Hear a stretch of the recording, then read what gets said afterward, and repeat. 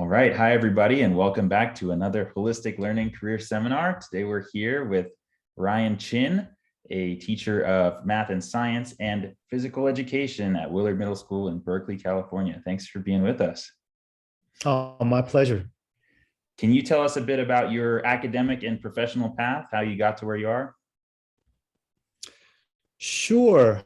In college, I was interested in working with kids. So I did some tutoring and some summer camp things for about 2 or 3 years. When I graduated from college, I was not going into teaching or working with kids. I worked in retail management for about 2 years and realized I didn't like it. I didn't like that profession or the direction I would have had to go to become successful. So then I ended up going to a nonprofit agency and I ran after school programs in math and science for fourth, fifth, and sixth graders. And that had me in a number of different schools. And I was recruiting college kids at the time to tutor fourth, fifth, and sixth graders in math and science and run enrichment activities. And as the coordinator of that program, I met a lot of teachers and administrators. That was in Oakland, California. And many of them suggested that I go into teaching as a profession. And up until that time, I was not that interested in becoming a formal teacher per se, because I thought there were too many constraints around becoming a teacher. But I bit the bullet at that point. I ran that after school program for about 3.5 years and went back for a credential. And I entered a 2-year program at UC Berkeley where I completed a credential, a multiple subject credential, and a master's degree in child development. And you landed yourself at Willard Middle School at some point shortly thereafter. Is that right?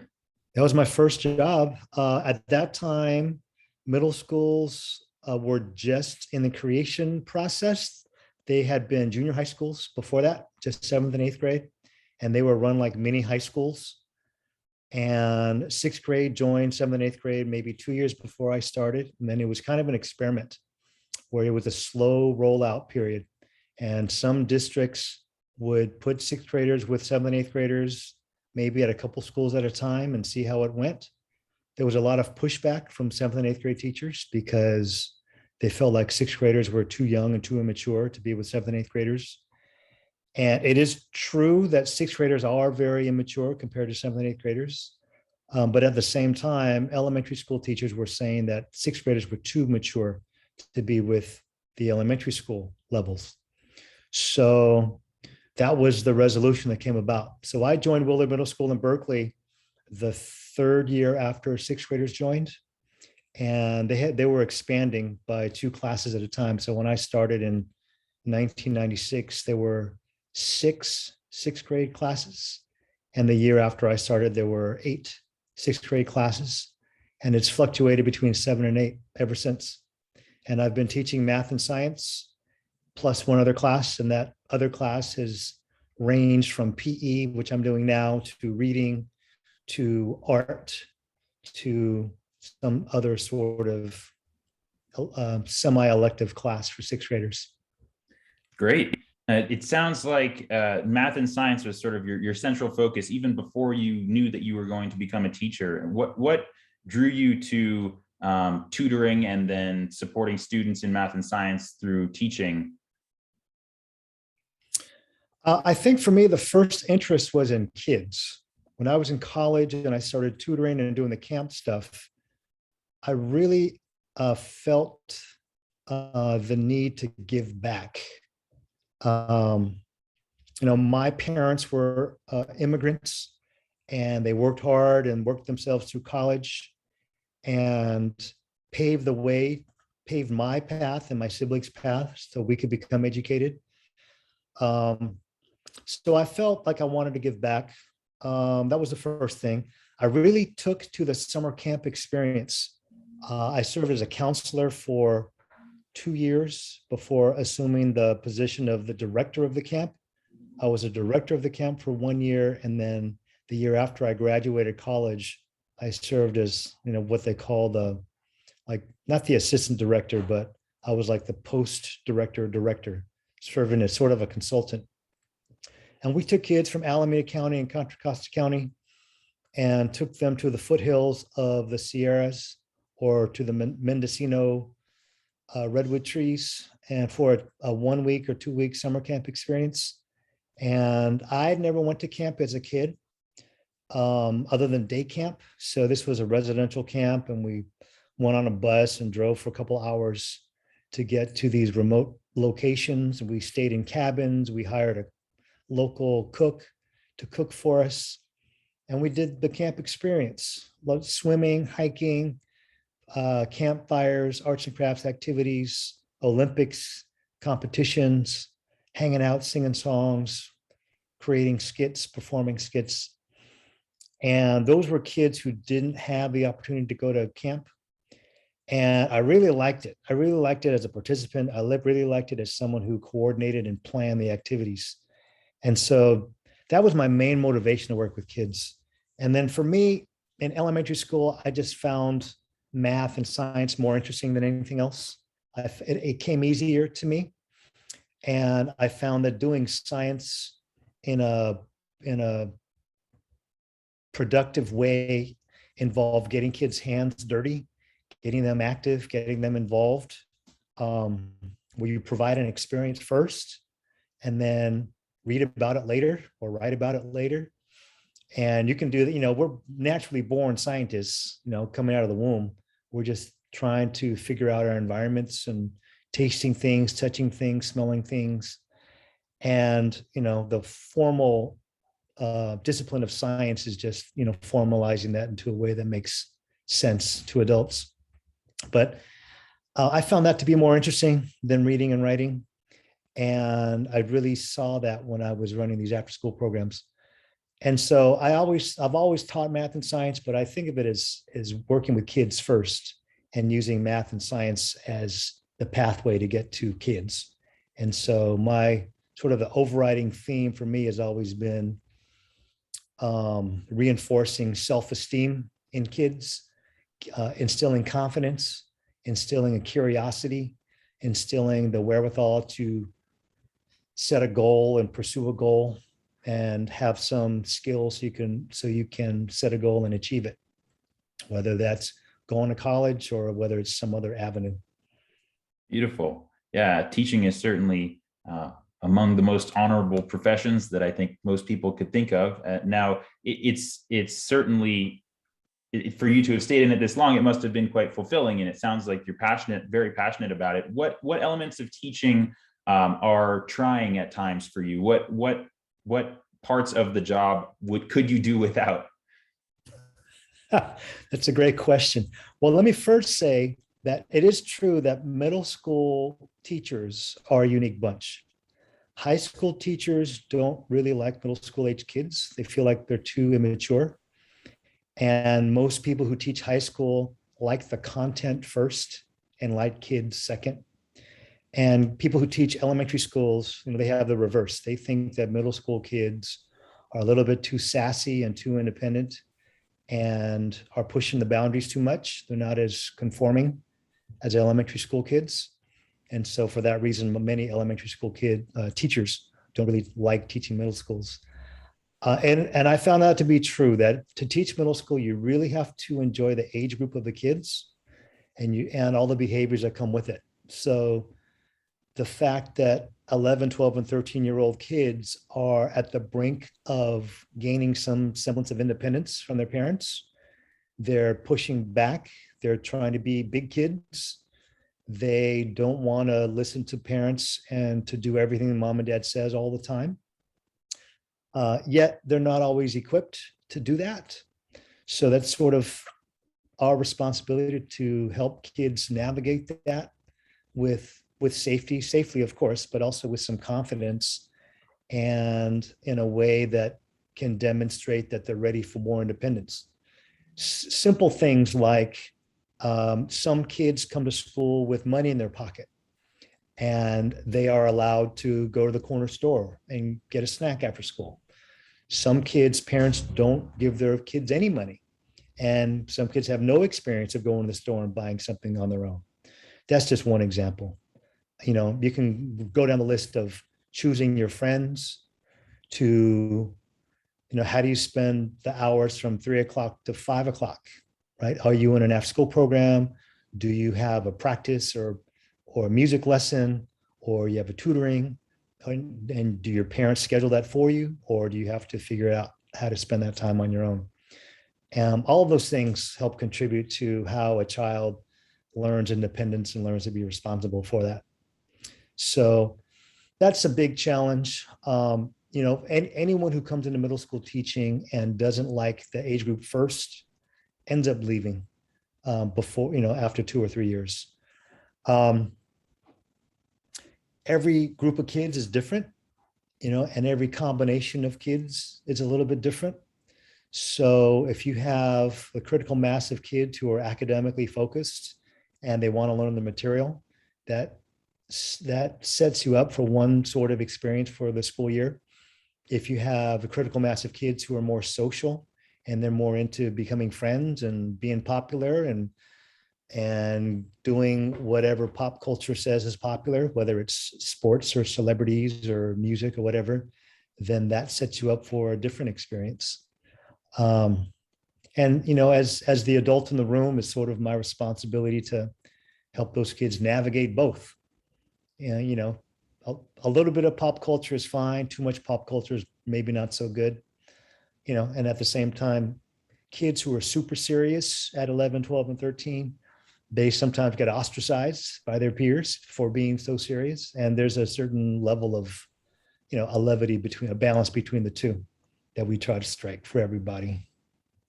That's great. Now, it sounds like as a teacher, there are certainly some moments of gratification, moments of immense payoff for the work that you put in. Do you feel like as a middle school teacher, you get more sort of daily gratification from just small things like a good interaction between two students, or a student really grasping something that they had trouble with the day before? Or do you think that the gratification comes more in the long term with, difficulty day to day, but perhaps a big payoff at the end of the year when a student goes from a C- to an A or something like that? That's a great question. I think you have to find satisfaction in both. The day-to-day is difficult because you can only take 11-year-old's word with a grain of salt, right? If they say, "Oh, you're the best teacher ever," that only carries so much weight. Similarly, if someone's parent says, "Thank you, you've been really great for my kid," again, it's always nice to hear, and we certainly enjoy hearing comments from parents. But at the same time, you always wonder, how effective was I as a teacher in teaching the content or encouraging this kid to gain more confidence or to facilitate a friendship or overcome some sort of obstacle? At the same time, the long-term satisfaction can take a long time. I mean, sometimes I don't really talk to my 6th grade students when they're in 7th and 8th grade. I might see them in the hallways, maybe a little bit after school, but not on a daily basis. And then generally through high school, I don't see former students very often. And so then I might contact former students through some sort of social media after high school, maybe, which could be 6 or 7 years after they're in my class. And unfortunately, some teachers don't last that long. So they don't ever get to experience that joy and that satisfaction when you find out what people have done or what they're doing in their collegiate years or post-college life even. But I think both are really, really important and equally satisfying. Cool. That'll be good to hear for some of our students wondering whether one might be missing. I think in some of the careers that we've heard about in previous career seminars, there's really not a lot of payoff day to day. Like some fields of research, for example, it's just a real grind until it all comes together. And it sounds like everything does come together much of the time in teaching, but you also get some daily gratification, satisfaction as well. So that's a cool balance. Now, you've been in this for a quarter of a century now, and surely you've done I imagine quite a bit of reflection over the years. What would have been some of the most important personal lessons that you've taken away from college up until now? It's a great question. Um, when I started teaching, I had one foot in my classroom and one foot out the door, pretty much for the first 6 or 7 years. It was such a grind. It was so difficult. I really didn't have an idea of what it was going to what it was going to be like from a day-to-day basis. Um, you really have to find the nuggets on a daily basis to keep you going, whether that's with your colleagues or, like I said, from seeing a kid who doesn't do homework to finally does do homework, or someone who doesn't understand a concept to finally does get a concept. But, one kid at a time seems like small potatoes compared to the 50 kids that I have that I'm responsible for. And at the end of every year, my wife is also a public school teacher. We would look at each other and think, God, are we going to do this again? And every August we would, jump back in and say, yeah, we are. And that's happened, and it took 6, 7, 8 years before we finally resigned to the fact, jumped in with both feet and said, okay, we're going to continue teaching in our districts. And that realization and that commitment really blessed us individually in that, I sort of embraced all the other job opportunities that came from the school outside of the classroom things like being a team lead for the 6th grade team, which I'm part of, but also for the math department or the science department, which I'm part of. And those are leadership opportunities of leading colleagues with their teaching practice, or the best way to think about something, or the best way to think about our grading policies, those kinds of things. Helping out with the school-wide carnival, which we call Spring Day, or the school-wide variety show, which was part of that.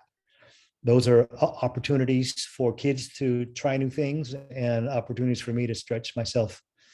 Some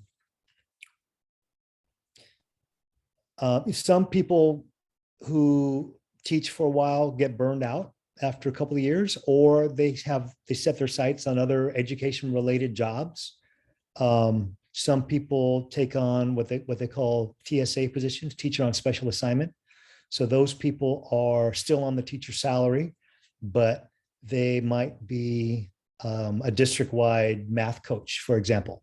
So they may work with teachers at 3 different middle schools, or an elementary math coach. They may work at a couple of elementary schools and focusing on math and math education and doing professional development kinds of activities with the teachers. Some people pursue an advanced degree in administration and go into either being a vice principal or principal, or they go into the district office and maybe they're in charge of testing for the district, or they're in charge of federal grants and funding. That's more of a bureaucratic kind of a position, and something I was never interested in. But it's a different responsibility, a different level that you can have impact with an entire district rather than just with a school, or rather than just with a small group of kids. I find that every year I choose something to focus on to help stimulate my own curiosity and professional growth. So some years it was just the teaching practice of mathematics. And early on, it was about getting kids to talk in math class. And it was as simple as that, because what we called mathematical discourse was not something that happened very often. It was mostly the teacher talking and kids doing math problems. And so finally getting the school to encourage kids talking to each other about the math was kind of a big shift. Another time it might be something like equity in mathematics, or equity in grading. So looking at our grading systems, and how does the traditional grading system penalize certain kids, and how should we think about grading? And so we separated our grade into what we call a standards-based proficiency grade, which is essentially tests and quizzes, what a kid can demonstrate he or she knows, compared to the habits of work, which is everything else, all the soft skills of doing school. But we can go even further than that. So every year I choose something to focus on, um, and that keeps me going. I've been focused on a couple of book groups this past summer with math teachers on how to improve our practice. And that I find interesting because every group of kids is different, until I suppose until I get a group of kids that's proficient or above, at 100% in every subset of math, there's always a challenge out there. Cool. That's great. Certainly a lot to take away from what you just shared. That was something that it sounds like you are much of the time sort of absorbed by your work. You live the life of a teacher fully. I imagine many students have noticed that their teachers often come in very early in the morning and sometimes don't leave until good few hours after school. So one question that students often have is, how's the work-life balance for you? How do you find time for yourself and your family? And if so, how? That is another great question. I'll give you an example. Early on, my first or second year teaching, I used to bring home stacks of paper every night and I would pour over kids' classwork and homework. And I would issue a grade for every single assignment. It took me a while to learn that that wasn't very productive or very productive use of my time. I didn't need that many grades to get a sense of how well kids were doing or not doing. And the feedback that I thought I was giving kids wasn't very well received. So it wasn't having the impact that I thought it was having. So I became more efficient in deciding what I grade and what I don't grade, or what I look at and don't look at, and how much I put into a grade book. So I definitely jump in with both feet in terms of when this, coming off of summer into the school year. I do go in early and stay late. I probably go in at 7:30 or so, and the first bell rings at 8:40. So I have a good hour to wrap my head around whatever I need to do and prep whatever I need to prep. And I probably stay till 5 to 6 every day, kind of depending on what I do. Oftentimes I have meetings. Once a week we have school meetings, so we're there till 4:30 minimally. I will be staying after school twice a week to do tutoring with my classes or students from my classes twice a week, probably from 3 to 5. And I'll be doing a student group, like a student club, probably from 3 to 4 once a week. And then just a general cleanup and prep work takes some time as well. In middle school, we have 1 hour a day where we don't have responsibility with students, and that we use for our prep time and correcting time and grading time. And then I often spend time making phone calls to parents, and that usually happens after school, after 3 o'clock. That's one of the benefits of having summertime is I appreciate summer because I don't do a lot of schoolwork during the summertime. But there are definitely times during the summer when I get a little bit bored. But it makes me appreciate work. And the work, one thing I like about the teaching schedule is there's a distinct beginning and a distinct end and a distinct middle. And every year I can begin anew. I can take what I did before and keep what worked, and I can discard what I didn't like or what didn't work, and I could start fresh. If I want to try something new, a new classroom management system, a new grading system, a new lesson, a new activity, I could do that every year if I wanted to. And that is really, really good. One thing that I benefited from though too is being able to talk to colleagues who are teaching the same thing I'm doing, teaching the same grade level, and we can discuss best practices. We can discuss good ideas, things that work. My kids are now my own personal kids. I have 2 kids, but they're older now. So the work-life balance is not as critical for me. My youngest is a junior in high school. My oldest is a sophomore in college. When they were younger, it was trickier in that I definitely had to do some child either drop off or pick up in the morning and the afternoon. So I think during those years, I didn't necessarily do tutoring after school. or leave so early in the morning. And I do think my teaching suffered because I had to be more efficient. Maybe I had to have everything prepped beforehand because I was coming to school with the kid. Both of my kids came to Willard with me. So I couldn't come at 7:30. I would come more like 8:15, 8:30 on those during those years. And that was definitely trickier. Um,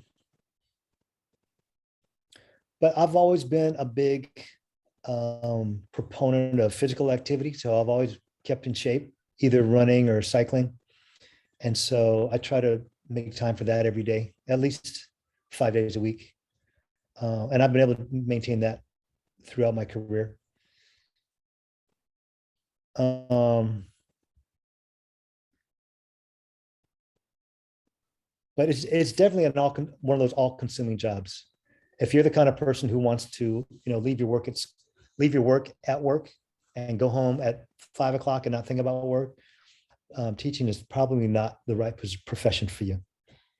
I find the best teachers are ones who end up, if they're not actually doing work, they're thinking about it. They're thinking about something when they're at home or when they're not at school. No question about that. Cool. Well, your passion for your work is clear, and I think any students watching who are interested in teaching probably definitely just gained quite a bit from that. So thank you for that. Now, but before we wrap up here, do you have any pieces of advice for high school students approaching the next chapter of their journey? Could be personal advice or academic advice or professional advice. That's a great question because I have a college sophomore and a high school junior in my home right now. The first thing I would say is to be open-minded and check out as much as you can possibly check out. Whether it's going to a counselor and talking, whether it's checking out videos like this, whether it's talking to your parents' friends or your aunts and uncles, find out what they do and try to find something that you like and trying to figure out what you are passionate about. So I know some people go into a profession based on how much they get paid or how much they think they're going to get paid. And what I've found is that a lot of people who do that end up being dissatisfied after a few years, even if the money is good. And some people go into a job like right out of college. They go to the highest bidder, whatever job is paying the most money. And they end up finding quickly that maybe it's not what they thought, what they expected. And then you might be in a position where you may have to leave or change professions. And instead of making X number of dollars, maybe you're making $10,000 less because you got to do something that you're more passionate about. And it's easier if you go the reverse route. You find your passions first and then follow your passions in terms of whatever profession you want to get into. So I have a lot of friends who went the corporate route when I finished UC Berkeley, and I'm still in touch with a lot of them. And certainly as a teacher early on, my corporate friends made a lot more money than I did on an annual basis. And so they were able to buy houses before I did. They bought fancier cars than I did. And granted, I've lived a very frugal life. However, because I've been frugal, I've been able to buy a house. I've been able to lead the life that I want to live. I've been able to go on vacations once a year and had my kids in private school and elementary school, and they came with me to public school and in junior high and high school. Sort of what happens though as a teacher is that you start off making this much money, but then we have a pension. So you work for 30 years at this much, and then by the end of your career, you're making this much. But then once you stop working, you have a pension, which happens for teachers and state employees, and maybe if you work for a place like UC Berkeley. Whereas if you work with a corporation or a big company, maybe you get paid a larger salary to start with, but they don't have a pension. So you have to save your own money and create your own money for your own retirement. And so, you just kind of have to think about how you want to manage that. So for someone like me, I hope to retire when I'm 62 And then for the rest of my life, I get a certain amount of money every month based on this pension that I've been part of.